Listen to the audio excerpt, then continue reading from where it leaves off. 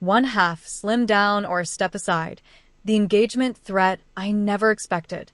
29M, work in software consulting, average build, former high school athlete who now lifts a couple times a week and enjoys takeout more than I probably should.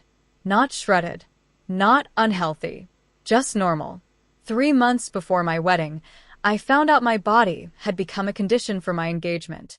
We were sitting at our dining table going over wedding invites when my fiancé casually said, "You're going to start cutting, right?"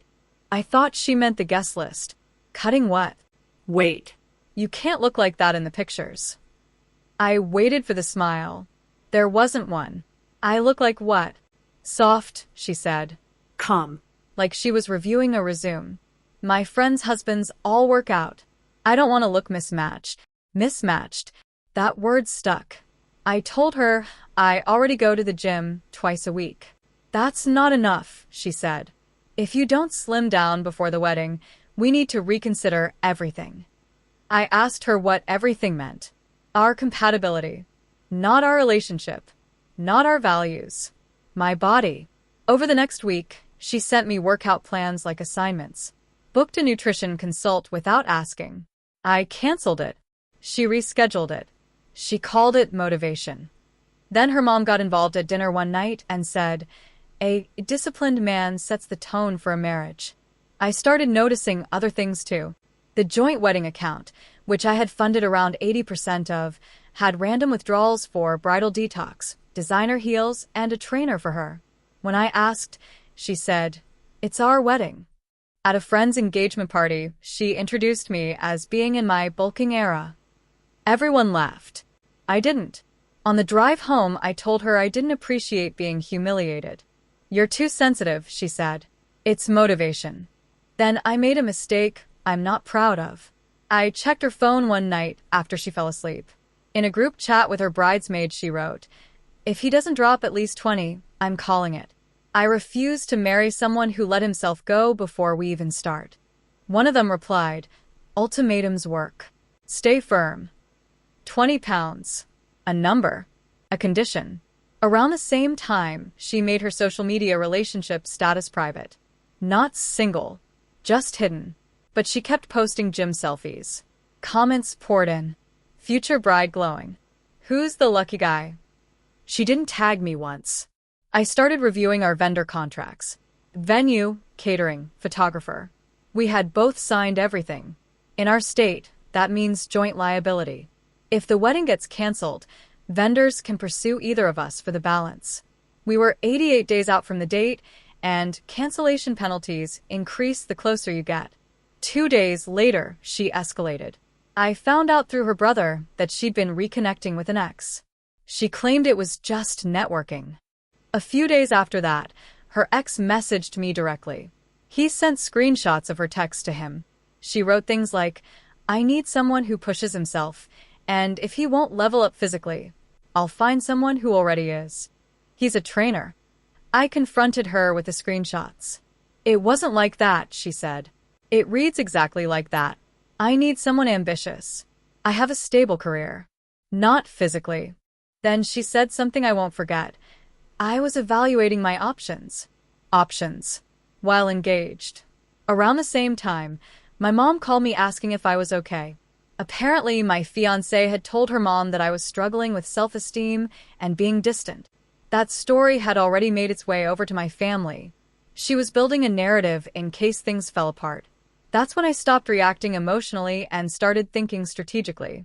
I met with a contract attorney for a consultation.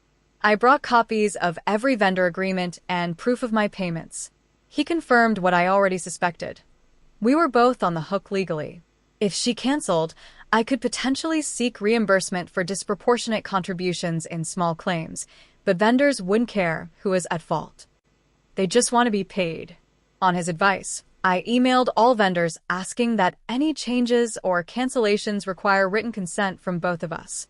Most contracts already required it, but I wanted it explicitly acknowledged. They all confirmed. A few days later, the venue called me to confirm they'd received a voicemail asking about cancellation details, but had not proceeded because of my written notice. She had tried to cancel behind my back. When I confronted her, she said, I need to know my options in case you don't change. I asked her, change or conform? She said, why is it so hard for you to just lose the weight? I asked, why is it so hard for you to love me without conditions? She didn't answer that directly. Instead, she set up a pre-wedding dinner with both families. I walked into it already sensing it was a setup. Her mom started talking about concerns about compatibility. My fiancé talked about needing a partner with discipline. It was clear they were trying to frame this as my deficiency. So I put my phone on the table and calmly said, since we're being transparent, let's talk about reconnecting with exes. I showed one screenshot. Not dramatic, just factual. Her dad asked if it was real. She tried to pivot to privacy invasion, but I explained he had sent it to me. The energy in the room shifted instantly. After that dinner, things got tense fast. I drafted a simple written agreement. It basically said that if the wedding was canceled due to one party's personal dissatisfaction unrelated to fraud or misconduct, the canceling party would assume a larger share of the remaining vendor liabilities based on contribution. It wasn't aggressive, just protective. She refused to sign it. You're trying to trap me, she said. No, I said. I'm preventing you from trapping me. Meanwhile, I opened a new personal bank account and redirected my paycheck. We weren't married. There's nothing illegal about separating finances before marriage. I stopped contributing additional funds to the wedding account. A few days later, I met her ex for coffee. Not to fight. To verify. He showed me the full thread. She had suggested meeting in person.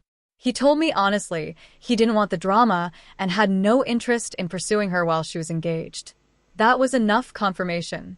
I decided to record our next serious conversation. We live in a one-party consent state, which means I'm legally allowed to record a conversation I'm part of without the other person's permission. I did it to protect myself in case she later claimed something different happened. During that conversation, she said, I can't marry someone people won't envy. That sentence changed everything for me. It wasn't about health. It wasn't about attraction. It was about optics. I formally ended the engagement in writing. I sent her a certified letter stating the engagement was terminated due to documented conduct, including ultimatums tied to my physical appearance and attempts to interfere with vendor contracts. I outlined a proposed allocation of remaining wedding liabilities based on proportional contribution and gave a timeline to resolve it before filing in small claims. She accused me of suing her. I told her I was protecting myself. She tried to take the engagement ring when she moved out.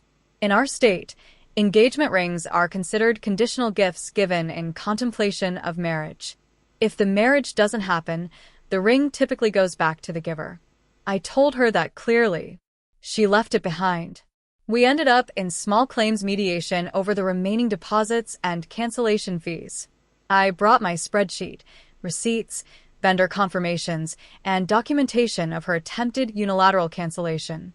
The mediator asked her directly if she had attempted to cancel without my consent. She admitted she had called to inquire. We reached a settlement. She agreed to assume 70% of the remaining cancellation fees and reimburse me a portion of the non-refundable deposits proportional to what I had paid. It wasn't dramatic. It was structured. Payment schedule documented. Case closed. I thought that was the end. Then she went online and posted a long paragraph about escaping a controlling partner who weaponized money. She